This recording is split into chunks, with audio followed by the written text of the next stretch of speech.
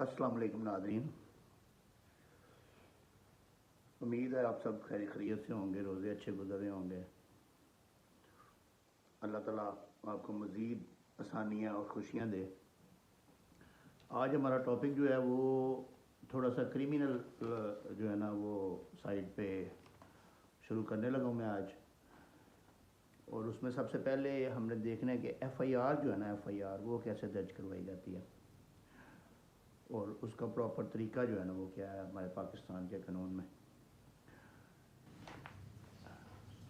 FIR जो होती है ना, ये सबसे बुनियादी इंफॉर्मेशन होती है, पहली यानी कि फ़र्स्ट इंफॉर्मेशन रिपोर्ट जो है ना, जो जिसको इसको एफ़आईआर बोलते हैं, जिसको पर्चा भी हम बोलते हैं अपनी लैंग्वेज में, लोकल लैंग्वेज में, और मुकदमा भी बोलते हैं। ज़्यादा वैसे पर्चा ही बोलते हैं कि पर्चा दर्ज करवा दिया, फ़लाँ का पर्चा हो गया, फ़लाँ के ख़िलाफ़ उसने फ़लाँ पर्चा दर्ज करवा दिया, उसको एफ़आईआर बोलते हैं। तो उसको दर्ज करवाना जो है ना वो थाने में मुहर्रर मुंशी जो होता है ना वो उसको दर्ज करता है, जो कि आजकल अब कंप्यूटराइज सिस्टम हो गए हैं। तो कंप्यूटर ऑपरेटर जो है ना वो हर थाने में बैठे हुए हैं पुलिस स्टेशन में, जो कि वो एफ़आईआर दर्ज करते हैं। लेकिन एसएचओ के ऑर्डर के मुताबिक जो है ना वो दर्ज करते हैं। अगर एसएचओ ऑर्डर करेगा तो फिर जो है वो एफ़आईआर दर्ज करेंगे। बुनियादी तौर पे ना जिस वक्त कोई वकूआ होता है, तो सपोज़ के अब आपके साथ कोई वकूआ हो गया है, कोई रोड डकैती हो गई है, कोई यानी कि कोई स्ट्रीट क्राइम हो गया है, कोई आपसे कोई पर्स छीन के चला गया है, या कोई इस तरीके से कोई क्राइम हो गया है, कोई अकर हो गया, तो आपने सबसे पहले जो है ना 15 पे कॉल करनी है और पुलिस को बुलाना है। पुलिस अगर आ जाती है तो ठीक है, अगर नहीं आती तो आपने थाने जाके इसकी रिपोर्ट दर्ज करवानी है। थाने में कंप्यूटर ऑपरेटर बैठे हुए हैं, वो उसी वक्त रिपोर्ट दर्ज करेंगे। कोशिश करें कि वो थाने वालों के पास जाके ज़बानी रिपोर्ट दर्ज ना करवाएं, बल्कि किसी एक्सपर्ट से, किसी लायर से, किसी वकील से एप्लीकेशन लिखवा के लेके जाएं। और वो एप्लीकेशन, क्योंकि जो एक दफ़ा इंफॉर्मेशन कंप्यूटर में एंटर होगी पहली दफ़ा, उसने आगे कंटिन्यूसली उसने ही चलना है। अक्सर होता ये है कि आप लोग जाते हैं फौरी तौर पे, कोई एक दो बंदे साथ ले के थाने चले जाते हैं और वहाँ जाके वो उनसे कहते हैं कि ये वकूआ हुआ है, ये लिख दें। वो उसी तरीके से लिख देते हैं, उसमें कोई गवाह वगैरह नहीं डालते, और ना कोई वकूए को प्रॉपर शेप दे के या प्रॉपर शक्ल दे के, टाइम अक्रेंस और उसकी सारी चीज़ें वो नहीं डालते। वो ऐसे लिख देते हैं, रिपोर्ट लिख देते हैं, क्योंकि थाने वालों की कोशिश ये होती है कि एफ़आईआर कम से कम दर्ज करें, एफ़आईआर ना दर्ज करनी पड़े। इनको ऐसे सेटिस्फाई करके तो इनको भेज दें, और 2-3 दिन के बाद वो जो है ना एप्लीकेशन इनकी जो है ना वो खारिज कर दें। जिस वक्त आप दरख्वास्त लेके जाएंगे, आप उनको देंगे, वो दरख्वास्त में से कोई पॉइंट मिस नहीं कर सकते, एक नुक्ता भी मिस नहीं कर सकते। उसको एज़ इट इज़ वो कंप्यूटर में चढ़ाएंगे, और वो आपके मोबाइल नंबर जो लेंगे उस पर मैसेज आ जाएगा कि आपकी रिपोर्ट जो है ना वो दर्ज कर ली गई है। रिपोर्ट आपकी जो है ना वो आपकी रपट जो है ना वो दर्ज हो गई है। आप फ़लाँ एएसआई है जो आपको इंक्वायरी करेगा, उसके पास आपने जो है ना वो पेश होना है।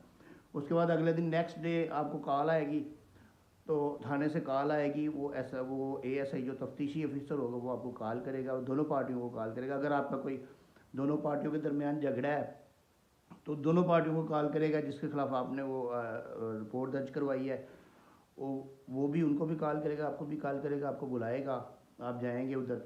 जो भी होगा उसकी कोशिश यही होगी कि ये मामला यहाँ पे रफा दफ़ा हो जाए, एफ़आईआर ना ही हो तो अच्छा है। तफ्तीशी ऑफिसर की भी यही कोशिश होगी, हर एक की यही कोशिश, थाने में जितने भी ऑफिसर्स हैं उनकी कोशिश यही होती है कि एफ़आईआर ना ही दर्ज करनी पड़े, तो ज़्यादा बेहतर है इनका ऐसे ही मामला जो है ना वो सेटल हो जाए, क्योंकि इंसाफ यहाँ पे जो है ना वो पैसों में बिकता है पाकिस्तान में। तो इसलिए ये पहली कोशिश यही की जाती है कि इस बंदे की एफ़आईआर दर्ज ना हो। लेकिन अगर आप समझते हैं कि ज़रूरी है एफ़आईआर, तो आपको 3 दिन के बाद उधर से मैसेज आ जाएगा कि आपकी दरख्वास्त जो है ना वो खारिज कर दी गई है, डिस्पोज कर दी गई है। वो कोई वजह लिखी होगी कि लेन देन का मामला था, या फ़लाँ वजह थी, या परसू नहीं किया, या कुछ भी वजह होगी, खारिज कर दी गई है। आपने उसके उसी वक्त एप्लीकेशन डीपीओ को देनी है, वही एप्लीकेशन। उसमें सिर्फ ये एक्स्ट्रा ये लिखना है कि हमने पहले थाने में ये एप्लीकेशन दी थी, उसकी ये रसीद है, ये नंबर है। उसके बाद आपने डीपीओ को, डिस्ट्रिक्ट पुलिस ऑफिसर को एप्लीकेशन देनी है। उसने भी आपकी बात सुननी है, सुनने के बाद उसने भी थाने को मार करनी है और उनसे रिपोर्ट लेनी है। थाने वालों ने अगेन आपकी एफ़आईआर नहीं देनी।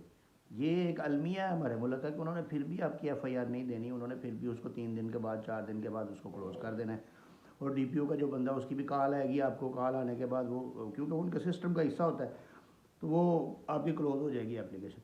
लेकिन आपने क्या करना है, जिस वक्त डीपीओ को एप्लीकेशन देनी है उसके बाद एक रिट पटिशन फाइल करनी है सेशन जज के पास, क्योंकि सेशन जज को जस्टिस ऑफ पीस का जो है ना वो इख्तियार भी दिया गया है ज़िले के अंदर कि वो यानी कि अपनी तहसील के अंदर कि वो उसमें पुलिस को ऑर्डर कर सकता है एफआईआर के। जिस वक्त आप रिट पटिशन फाइल करेंगे तो फौरी तौर पे जिस जज साहब के पास एडिशनल सेशन जज जिसको जस्टिस ऑफ पीस के इख्तियार आते हैं उनके पास वो रिट लगेगी, एडजुडिकेट होगी, और वो उसी वक्त उसकी एक कापी जो है ना कंसर्न डीएसपी को भेजेंगे कि वो इनको बुलाए, दोनों पार्टियों को बुला के तो मुझे रिपोर्ट दे के क्या मसला है।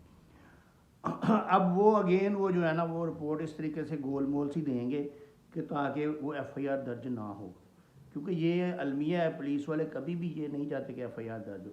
लेकिन फिर आपने जस्टिस ऑफ पीस को सेटिस्फाई करना है, आपके वकील साहब ने सेटिस्फाई करना है कि ये अक्रेंस हुई है और इसकी एफआईआर होनी चाहिए। तो फिर वो जो है ना वो जज साहब जो है ना वो ऑर्डर करेंगे कि इसकी एफआईआर जो है ना एसएचओ को ऑर्डर करेंगे, मुतल्लिका एसएचओ को, कि इसकी एफआईआर दर्ज करके तो इसकी रिपोर्ट जो है ना वो इसकी एफआईआर जो इसका बयान जो है ना वो रिकॉर्ड करो, इसकी एफआईआर दर्ज करो। अब आगे जो सिचुएशन है वो और डेंजरस होगी कि वो इस ऑर्डर के बावजूद भी जो एसएचओ है वो एफआईआर दर्ज नहीं करेगा। अब आपको क्या करना है कि आपने एक तौहीन अदालत की कार्रवाई जो है ना वो शुरू करवानी है उस एसएचओ के ख़िलाफ़। उसी कोर्ट के अंदर एक एप्लीकेशन मूव करनी है, एक रेट पटिशन दोबारा करनी है कि ये बंदा, इसको ऑर्डर भी हो चुके हैं एसएचओ को और ये एफआईआर दर्ज नहीं कर रहा। तो फिर वो जो है ना एसएचओ वो एफआईआर दर्ज करके तो वो लेके आएगा, उसकी कापी जो है ना वो कोर्ट में जमा करवाएगा। तो फिर जो है ना इतने तरद्दुद करने के बाद आपकी एफआईआर दर्ज होगी। और अभी भी उनकी कोशिश होगी कि कोई ऐसी दफ़ा लगाई जाए जिससे इनको बेनिफिट ना हो, जो इसके रेलिवेंट ना हो, क्योंकि अक्सर जो है ना वो 499F की जगह पे 420 लगा देते हैं, 406 की जगह पे 420 लगा देते हैं, यानी कि जो ऐसी दफ़ा लगाते हैं क्योंकि पैसे पकड़े होते हैं ना उन्होंने दूसरी तरफ से, तो वो इसलिए उसको भी उन्होंने जस्टिफाई करना होता है। तो फिर आप मजिस्ट्रेट को दरख्वास्त दे के नई दफ़ा जो है ना वो इजाद करवा सकते हैं, उसमें नई दफ़ा लगवा सकते हैं। लेकिन एफआईआर करने का जो प्रोसीजर है वो आपको यही अडॉप्ट करना पड़ेगा और एफआईआर इसी तरीके से जो है ना वो दी जाएगी। तो नेक्स्ट हम देखेंगे कि एफआईआर के बाद हमने कौन कौन से प्रोसेस करने हैं, किस तरीके से ये आगे चलान चलना है, और आगे एंड तक इंशाल्लाह नेक्स्ट लेक्चर में आपको समझाऊंगा। अभी सिर्फ इतना ही था कि एफआईआर कैसे होती है। दुआओं में याद रखिएगा।